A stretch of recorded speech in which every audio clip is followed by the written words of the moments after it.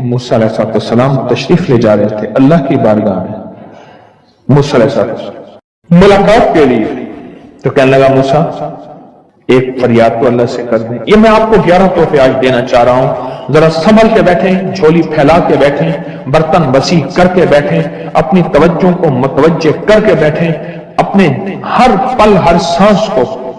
موسیٰ علیہ السلام اللہ کے حضور جا رہے، اللہ سے میری درخواست تو کر دے. کیا؟ اللہ میری غربت کو دور کر دے، کوئی میرے لیے بھی وسعت اور برکت کے فیصلے کر دے، آپ اللہ سے دعا تو کر دے. تو موسیٰ علیہ السلام نے فرمایا ٹھیک. اللہ کے حضور کہنا تو واپسی پہ آئے، یہ آپ کو 11 آج نعمتوں کا پیکج دے رہا ہوں اور وہ سنیے گا. تو اللہ پاک نے فرمایا موسیٰ میرے بندے سے کہے میری نعمتوں کا شکر ادا کرے. موسیٰ خوش ہو کے آ گئے، اور جب خوش ہو کے آئے اور آ کے بتایا تو کہنے لگا اللہ نے نعمت دی ہی کیا ہے جس کا میں شکر ادا کروں. ہوا آئی وہ ریت بھی اڑا کے لے گئی، ہوا آئی اور وہ ریت بھی اڑا کے لے گئی جس ریت سے سفر کو ڈھانکا ہوا تھا. موسیٰ علیہ السلام کے پاس ایک بندہ آیا، یہ مری کے واقعہ مجھے سوچوا رہا ہے سب کچھ. ایک بندہ آیا موسیٰ علیہ السلام کے پاس، اے اللہ کے نبی مالدار زیادہ ہوں، کچھ دعا فرمائیں کم ہو جائے، تھک گیا ہوں، گنتے سنبھالتے تھک گیا ہوں، کچھ دعا فرمائیں. تو وہ موسیٰ علیہ السلام نے فرمایا رزق ضائع کر غریب ہو جائے گا، اور سن کے چلا جائے. اور فرمایا تو سب سفر میں جا اور پھر واپس آ تو مجھے بتانا، یقینی تیرا رزق کم ہو جائے گا یا ختم ہو جائے گا.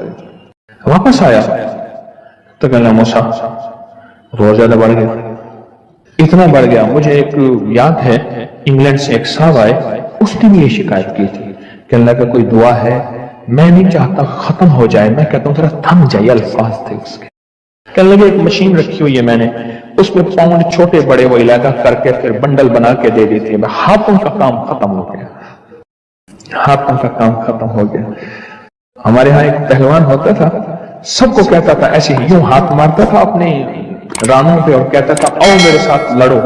اور جو اس سے ڈاڈا ہوتا تھا اس کے ساتھ پہلی ہی بازی میں نیچے سے ہاتھ کاٹ کے کہتا تھا ساری بات سے ہماری بس ہے. تو وہ نوٹوں والا کہنے لگا میری بس ہو گئی ہے گن کے. کوئی ایسا نہیں ہو سکتا کہ بس کوئی یعنی ختم نہ ہو کہ تھوڑا سا سٹاپ ہو جائے. اب وہ جب آیا تو موسیٰ آپ نے فرمایا تھا کہ یہ تو زیادہ ہو گیا. اور میں یہ بتا تو کھانا کیسے کھاتا تھا. اور میں اونٹ پہ چلتے ہم نے کھانا ہوتا ہے، میں گلے میں رومال باندھ دیتا تھا، ادھر گلے میں باندھ دیتا تھا، ادھر اونٹ کے کانوں کے ساتھ باندھ دیتا تھا، اور اس رومال کے اندر چھوٹے چھوٹے ذرے گرتے تھے. پہلے نا سفر میں ایسی روٹیاں پکائی جاتی تھی جو مہینوں ہفتوں خراب نہیں ہوتی تھی. میری نانی ممی پکاتی تھی، ان میں سونف بھی ہوتی تھی، سفید زیرہ بھی ہوتا تھا، میٹھا بھی ہوتا تھا، میٹھے من پکائے جاتے تھے اور وہ لوگ کھاتے تھے. اے موسیٰ میں وہ کھاتا تھا اور رومال میں چھوٹے چھوٹے ذرے گرتے تھے. پھر جب میں اترتا تھا کوئی دیکھتا کہ چونٹیوں کے کوئی بل ہے، میں وہاں ڈال دیتا.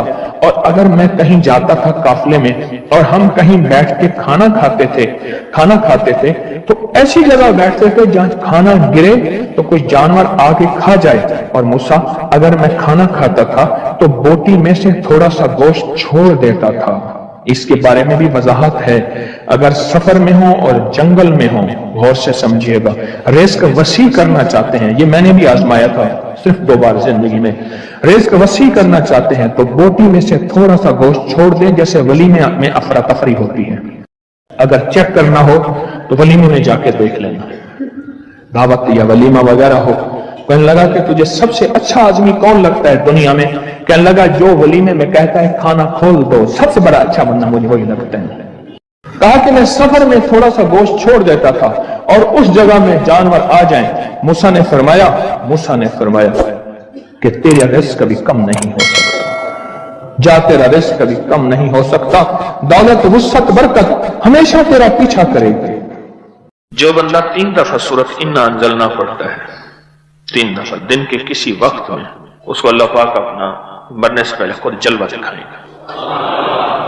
ایک فائدہ بتا رہا ہوں، جو بندہ وضو کے بعد صرف ایک دفعہ سورۃ انا انزلنا پڑھتا ہے، ایک اور فائدہ بتا رہا ہوں، میں اللہ پاک اس کے لیے رحمت کا ایک ایسا دروازہ کھولتے ہیں جو آج تک کسی کے لیے نہیں کھلا، اور ایک دروازہ اگر رحمت کا کھل گیا تو ساری کام بن گئے، ساری مشکلیں حل ہو گئی، ساری پریشانیاں دور ہو گئی، میری تو نسلیں آباد اور شاد ہوئیں صرف ایک دروازے کی وجہ سے، ایک دروازہ، میری تو نسلیں آباد اور شاد ہوئیں۔ ایک دفعہ سورۃ انا انزلنا پڑتا ہے، اور جو بندہ دن کے کسی وقت میں 3 دفعہ سورۃ انا انزلنا، سورۃ قدر پڑھتا ہے، اور میں اللہ پاک قیامت کے دن اس سے بلا کے کہیں گے کہ میں تجھ سے راضی ہوں، تو مجھ سے راضی ہے، جا ایسی جنت میں جہاں سے کبھی نکالا نہیں جائے گا۔ اور 3 دفعہ سورۃ انا انزلنا وبائی بیماریوں کا، وبا کا علاج ہے، وبا کا۔ میں اپنے بڑوں کے پرانی کتابیں بیازیں لکھی ہوئی ہیں، اس میں پڑھ رہا تھا طاعون کی وبا پھیلی، تو میں نے لوگوں کو بتایا، میرے پردادا کے والد لکھ رہے ہیں یہ بات، میں نے لوگوں کو بتایا سورۃ قدر 3 دفعہ دن میں بار بار پڑھو، جو پڑھے گا وبائی تکلیفوں پریشانیوں سے دور ہو جائے گا۔ پھر میں نے بابا فرید شکر گنج رحمت اللہ علیہ کے ملفوظات میں، تجربات میں یہ پڑھا۔ پھر ایک بزرگ تھے مولانا یعقوب نانوتوی رحمت اللہ علیہ، اللہ والے تھے، ٹھیک، ان کے تجربات میں پڑھا کہ جو بندہ 3 دفعہ سورۃ انا انزلنا پڑھتا ہے